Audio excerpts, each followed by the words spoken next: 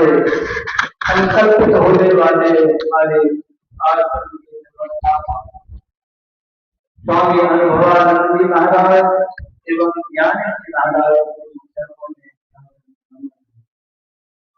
नमन है। सत्संग पूज्य हमारे मंदाकिनी मुरली बाबा सत्संग प्रेमी महानुभावों, माता बहनों, सबको सादर नमन।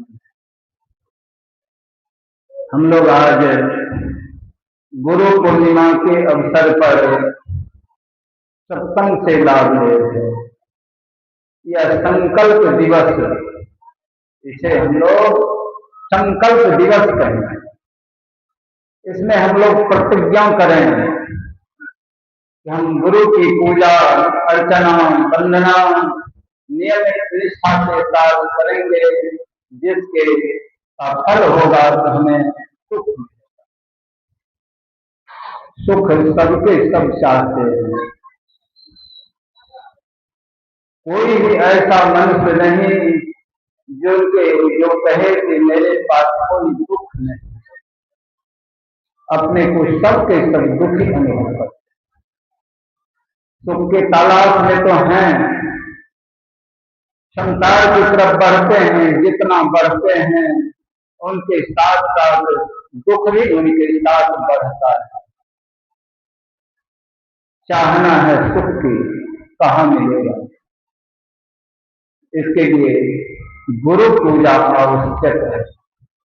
संत कबीर बाबा की वाणी है, गुरुदेव बिन जीव की कल्पना ना विचय, गुरुदेव बिन जीव का भला नाही, गुरुदेव बिन जीव का सिविल ना नहीं, समझ विचार ले मने माही, राह बारिक गुरुदेव के पाइये, जन्म अनेक की अटक खोले, कहे कबीर गुरुदेव की मिले, शिव और शिव सब एक छोड़े। गुरु चाहिए, पूरे गुरु की खोज, और वही पूरे गुरु बताएंगे भक्ति का मार्ग। भक्ति अभी हम लोग रामचरितमानस से पाठ में श्रवण किया। भक्ति के संबंध भगवान राम का उपदेश माता सबरी को दे रहे। माता सबरी को भक्ति की आवश्यकता नहीं थी, वे भक्ति में पूर्ण थी। उनको करने की कोई आवश्यकता नहीं। माध्यम बनाते हैं मां सबरी का, और हम सबों को वे उपदेश करते हैं कि ऐसी भक्ति करने पर कल्याण होगा। माध्यम बनाते हैं। भक्ति कठिन है। भक्ति निश्चयनी मुक्ति की, संत कबीर बाबा की वाणी, भक्ति निश्चयनी मुक्ति की, संत चढ़े कवधार, जिन जिन मन आलम किया, जन्म जन्म पछता।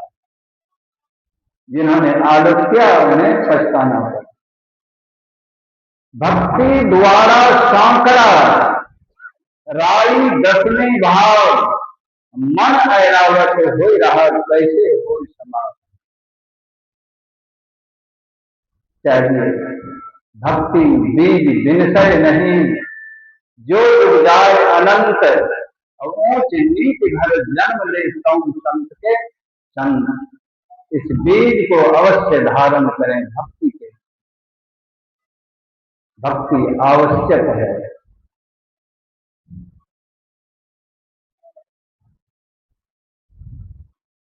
संत कबीर बाबा की वाणी है, भक्ति का मार्ग झीना रे। भक्ति का मार्ग बहुत महीन है। भक्ति का मार्ग झीना रे, नहीं अचाह नहीं चाहना चरणन लौलीना रे। भक्ति का मार्ग झीना रे। यह झीना मार्ग कहाँ मिलेगा? कहते हैं साधु के सत्संग में रहे निष्दिन धीना रे। भक्ति का मार्ग धीना। मान मणि को यों सजे, जस तेरी सीना रे। भक्ति का मार्ग दीना रे। कहे कबीर मत भक्ति का परगट कह दीना रे। भक्ति का मार्ग दीना बहुत महीन है। कहना तो आसान है लेकिन करना कठिन है। इस सुलभता के लिए हमारे भगवान राम उपदेश करते हैं, 9 प्रकार की भक्ति करो कल्याण है। 9 प्रकार की भक्ति को हम लोगों ने बारी बारी से सुना। तो प्रथम भक्ति संतन कर संगा। पहली भक्ति संतों का संग। दूसर रति मम कथा प्रसंगा। संतों का संग करेंगे कथा प्रसंग सुनने को मिलेगा। गुरु पद पंकज सेवा। तीसर भगति अमान। कथा प्रसंग मिलेगा तो सेवा की भावना भी जगेगी। गुरुपद पंकज सेवा। तीसर भगति अमान। चौथी भगति मन गुण गनो। करई कपट तज गए। कपट छोड़कर उनके गुणों का गान करना चौथी भक्ति। मंत्र जाप मम दृढ़ विश्वासा। पंचम भजन को वेद प्रकाशा। मंत्र जाप गुरु बताएंगे और उनके मुताबिक हम जप करेंगे। यह पांचवी भक्ति। पांचवी भक्ति तत्व सरल साधन है, सरल है, सुनने पर समझ में आती है। संतों का संग करेंगे, कथा प्रसंग सुनने को मिलेगा, उनकी सेवा की भावना होगी और उनका गुणगान करेंगे और जब बताएंगे जब करेंगे। पांचवी भक्ति तक सरल है और स्थूल भक्ति है। और छठी भक्ति है सूक्ष्म भक्ति। छठ दम शील विरति बहुकर्मा। निरत निरंतर सज्जन धर्म। छठी भक्ति है दमशीलता प्राप्त करना। जब तक हम दमशीलता को नहीं करेंगे, संयमित जीवन व्यतीत नहीं करेंगे, तब तक हम आगे नहीं बढ़ पाएंगे। दमशीलता आएगी कब? दमशीलता के लिए हम लोग सदगुरु महाराज के द्वारा बताए गए मार्ग जो है, संत मत के ज्ञान के मुताबिक जो है, विधि, मानस जप, मानस ध्यान, दृष्टि साधन और शब्द साधन, 4 विधि। दृष्टि साधन के माध्यम से हम दमशीलता को प्राप्त करेंगे। छठी भक्ति है दृष्टि साधन के माध्यम। दृष्टि की अब सिर्फ कहने से नहीं होगा। साधन में जब बैठेंगे, ध्यान में बैठते हैं, उस समय हम दृष्टि को की क्रिया करते हैं। क्या जिस समय हम जगे हैं, काम धंधा में हैं, उस समय दृष्टि योग, उस समय भी हमारी दृष्टि योग की क्रिया होनी चाहिए। संसार में हम चलते हैं, आंखें बंद करके नहीं करें। सब तरह की बात कि दृश्य को हम देखेंगे, किस दृश्य को हम देखें और किस दृश्य को न देखें। किस दृश्य के देखने से मेरे अंदर चंचलता होगी और कैसे दृश्य को देखने से हमारी मन की चंचलता मिटेगी, इस पर भी हमें ख्याल करना पड़ेगा। अगर इस तरह से हम अगर चलते हैं, तब हम बैठकर अगर हम ध्यान करेंगे, तब साधन करेंगे, हमारी साधना सही होगी और निर्दिष्ट स्थान पर हम हमारी दृष्टि टिकेगी। यह दृष्टियों की साधना से दमशीलता प्राप्त करेंगे। तब 7वीं भक्ति शातम सम मोहि मैं जब देखा मौते संत अधिक कर देखा। 7वीं भक्ति उनका 7वीं भक्ति क्षमता प्राप्त करनी है। क्षमता प्राप्त करने सब में एक परमेश्वर का दर्शन हो, एक बिंदु को देखें, यह हम लोगों को होनी चाहिए।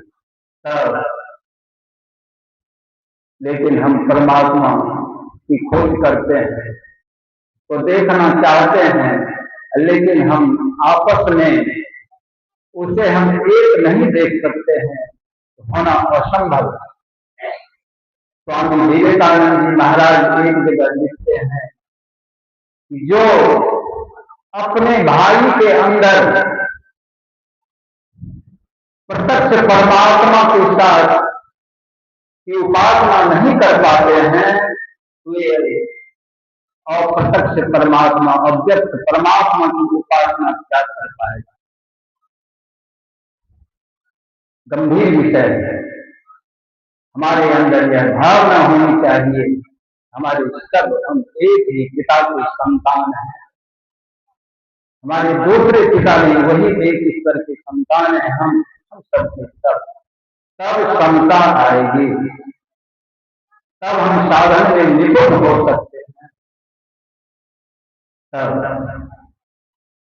और आत्मभक्ति सुना, आठम यथा लाभ संतोषा। जो कुछ हो, जितना हो उसी में, जो लाभ हो उसी में संतोष करे, हो जाता है। नहीं, यहाँ पर हम लोग की तृष्णा बढ़ती ही करती है। लाभ ज्यों ज्यों बढ़ता है, आगे खोजने के लिए आगे बढ़ते जाते, तृष्णा बढ़ती जाती। लेकिन ध्यान करेंगे तब, अरे सत्संग के माध्यम से सुनेंगे, समझेंगे, विचारेंगे, तब हमारी यह दशा होगी। तब आठम यथा लाभ संतोषा। अरे आठवीं नौवीं भक्ति तो फल है, नवम सर्व सब पंचलीना मम भरोसे। नौवीं और आठवीं भक्ति फल है। भक्ति करना तो है, छठी भक्ति खास करके विशेष है। छठी भक्ति जब तक हम अपने को संयमित नहीं रख पाएंगे, अपने को बल नहीं बनाएंगे, तब तक ध्यान भी नहीं कर पाएंगे। बल चाहिए, बल चाहिए।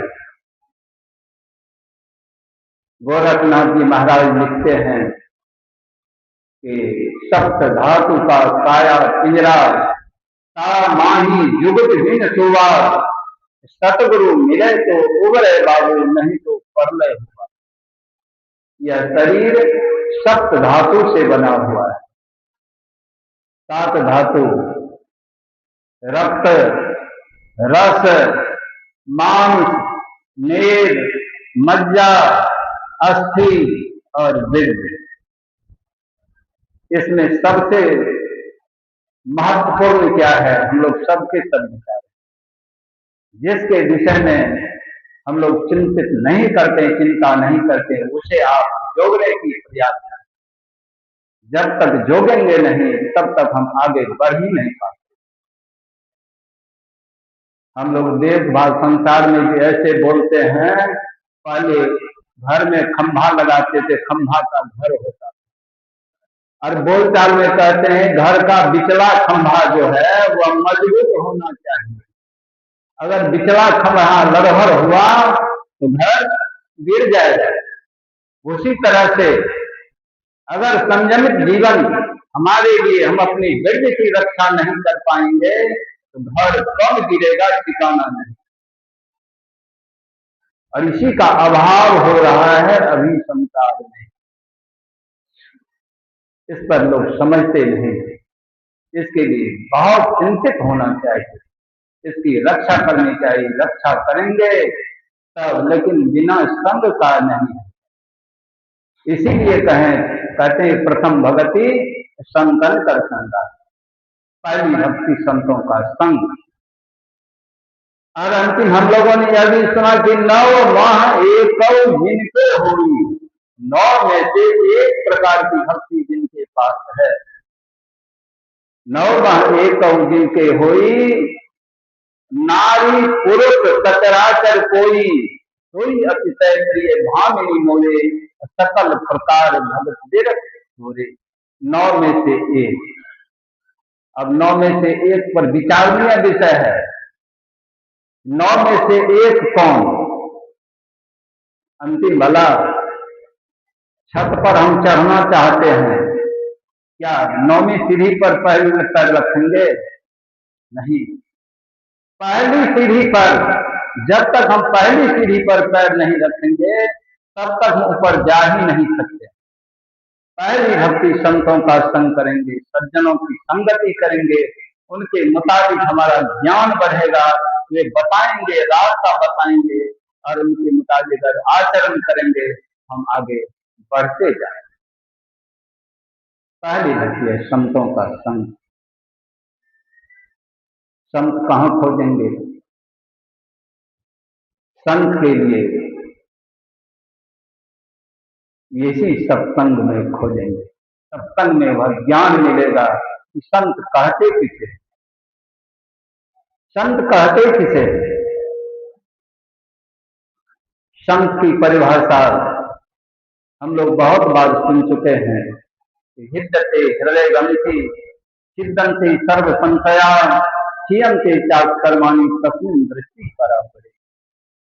उस परे से परे ब्रह्म को देखने पर हृदय की सांस खुल जाती और सारे संशयों का नाश हो जाता। जिनको ऐसा हुआ वे हैं संत, वे हैं संत। उनसे मिले, वे मार्ग बताएंगे। संतों का संग करें तब हमारा कल्याण है।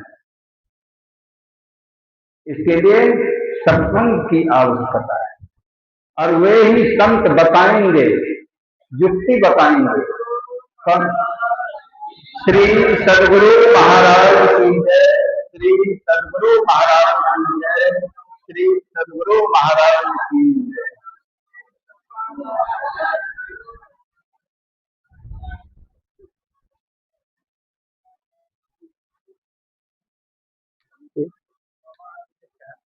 ये ठीक है, 2 मिनट तो अब लग गए।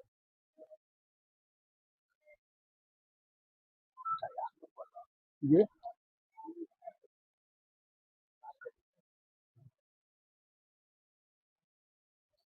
श्री सद्गुरु महाराज की जय, श्री सद्गुरु महाराज की जय। पूज्य बाबा पंजाबी हो रहे हैं, सबके सब बैठ जाए, सबके सब बैठ जाए, शाम पूर्वक बैठे। श्री सद्गुरु महाराज की जय। हमारे पूज्य दादा गुरु बाबा देवी साहब कहते हैं कि साधु और संत वो कहलाते हैं जो सीधी सलामत रवि की चाल को अख्तियार करते हैं और ख्याल से ध्यान करने का उपदेश करते हैं। जिसे चाहे बैठ के करो, चाहे लेके करो, कोई मत मतांतर की बोझ नहीं होती। वैदिक धर्मी, मुसलमान, ईसाई कुछ बने रहो, लेकिन संसार में दुख सुख को भोग देंगे, एक दिन भी बिना अभ्यास का मत करो। ऐसे कहने वाले जो हों वे हैं संत, वे हैं संत। हम लोगों को तो संत सद्गुरु महाराज ऐसे संत, ऐसे हम लोग भाग्यशाली हैं। यहाँ पर तो कुछ कमी होती है तो हम लोग कहते हैं कि दुर्भाग्य हमारा भाग्य है, लोग भाग्यशाली हैं। ऐसे भाग्यशाली हैं, ऐसे सद्गुरु महाराज के दर्शन मिल गया और युक्ति मिल गई। अब क्या चाहिए? इनकी कृपा होनी चाहिए। कृपा के लिए हमें कृपा पात्र बनना आवश्यक है। कृपा पात्र गुरु की, गुरु नाम है ज्ञान का शिष्य, सीखने जोर ज्ञान मर्यादा जाने विराम गुरु और शिष्य न हो। जो गुरु ज्ञान देने वाले नहीं हो वे गुरु नहीं, और जो शिष्य ज्ञान धारण नहीं करे वे शिष्य नहीं। हमें क्या चाहिए? इस पर विचार करते हुए हम लोगों को अमल करना चाहिए। यह मनुष्य का शरीर मिला है बड़े भाग्य से, और संसार का दुख सुख यह मिटने वाला नहीं है। पहले जन्म का जो किया हुआ कर्म के मुताबिक है वह होगा ही। अगर भजन करेंगे, उनके ऊपर विश्वास रखेंगे तो वह भी दुख हमें हल्का रूप में निकल जाएगा। इस पर विश्वास करते हुए हमें इस आज के गुरु पूर्णिमा के अवसर पर संकल्प में मनोयोग पूर्वक ध्यान सत्संग करते हुए इस मन से जीवन को सार्थक करें। यही हम लोगों से ये मांग सदगुरु महाराज की यही मांग होनी चाहिए। बोलिए कहेंगे श्री सदगुरु महाराज की, श्री सदगुरु महाराज की जय।